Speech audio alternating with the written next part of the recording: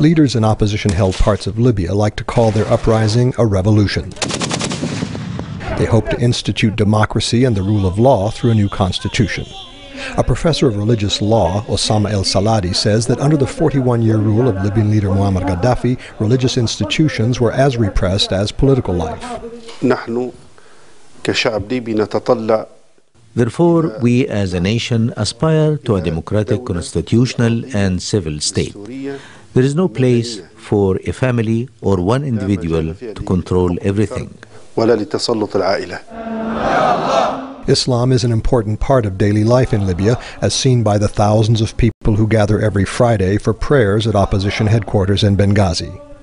Some observers fear radical Islamists will try to take over the fledgling state.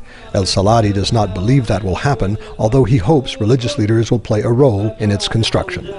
Professor Zahi Moherbi is a political advisor to the Interim Council. He says the lack of individual freedoms under the Gaddafi regime encouraged religious extremism.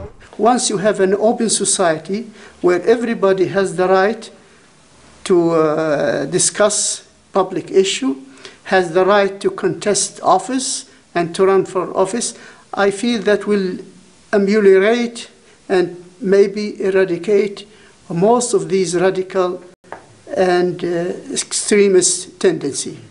A spokesman for the Interim Council, Mustafa Ghiriani, says Libyan society is mostly Sunni and does not have the sectarian divisions that have incited extremists in some Muslim countries. They have no platform to work. Another thing, that Libyan society is very much integrated. People know each other. There is no room for suicide bombers. And we don't fear them. In a democracy, you do not fear political view. German businessman Ulrich Reuter says fears that Islamists could hijack the Libyan revolution are unfounded.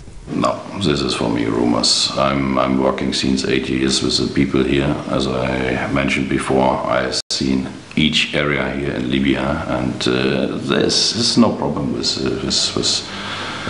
in terms of religion or something like this. The people are just not happy with the system.